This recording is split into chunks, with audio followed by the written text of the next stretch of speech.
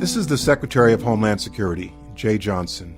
Since the Syrian civil war began, more than 4 million people have fled that country, leaving their entire lives behind them. And the stories we've heard have been heartbreaking. Remember the tragic stories of children who drowned attempting to reach Europe with their families. That's why, once it was concluded that we can do it safely and responsibly, the President announced a plan to resettle at least 10,000 Syrian refugees in the United States within the next year. In the days since the Paris attack, many have tried to argue that accepting Syrian refugees, who, by the way, are mostly women, children, and families, means that we'd make America a more dangerous place.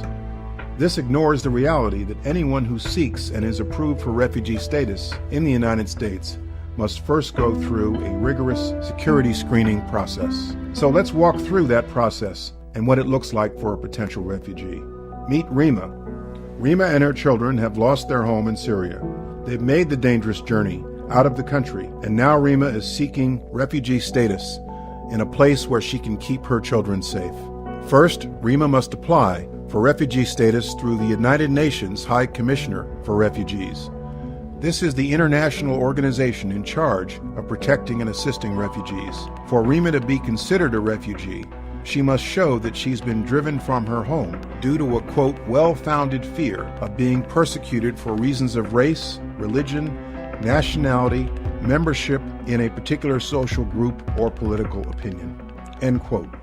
If Rima meets the above conditions, she may be referred for resettlement in a country such as the United States. But before she can enter the United States as a refugee, Rima must then undergo a security screening process that is more thorough than any other for people entering this country. She'll have a deep background check. Her biographic and biometric information will be cross-checked against law enforcement and intelligence databases.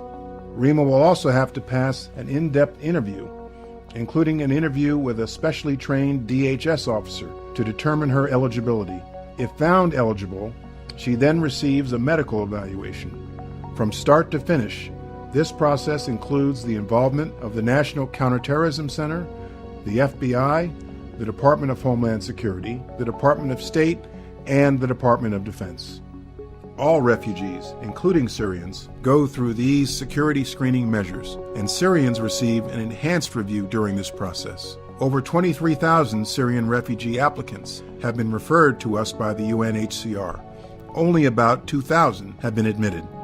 Throughout history, we've seen that America has become a better nation by welcoming refugees in times of crisis. So many refugees and their children have gone on to make great contributions to our American society.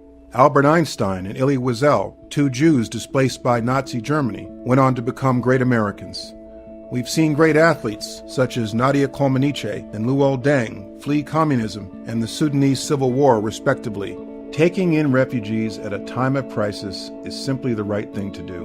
We can and we will continue to ensure our own security while doing our share to welcome men, women, and children who are refugees fleeing violence.